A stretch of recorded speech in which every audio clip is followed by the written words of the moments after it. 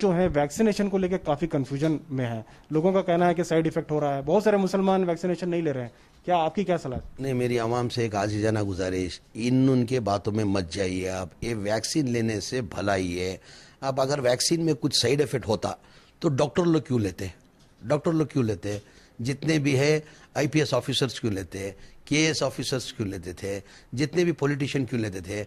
मैं भी वैक्सीन लिया हूँ। हमारे लीडर सिद्धरामैया जी वैक्सीन लिए हैं। यानी बहुत से जन वैक्सीन लिए। सिर्फ आपको एक हिंट दे रहा हूँ मैं, ये डॉक्टर लोग को अच्छी तरह मालूम है कि वैक्सीन का इसका फायदा क्या है। सबसे पहले वैक्सीन कौन लिया गया? ये डॉक्टर लोग ही लिए, उसके बाद पॉलिटिशियन लिए, बाद में दूसरे लोग लिए।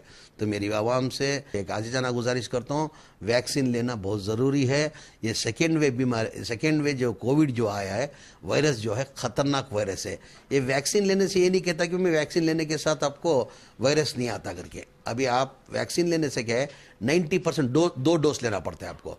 पहला डोज एक डोज लेके, उसके बाद 40 दिन या 40 पर 8 दिन कुछ अभी कानून बने, उसके बाद सेकेंड डोज लेना चाहिए। 2 डोज लेने के बाद, एक डोज लेके आप और एक डोज भी नहीं लेंगे तो उसका फायदा नहीं होगा। 2 डोज लेने के बाद आप ये नहीं कि कोरोना नहीं आता करके, कोरोना आता है। कोरोना मतलब आने के चांसेस है, यानी बिल्कुल कोरोना आता नहीं करके नहीं है। इसके अंदर 99% कोरोना नहीं आता है और 1% में भी 3% आने के चांसेस है।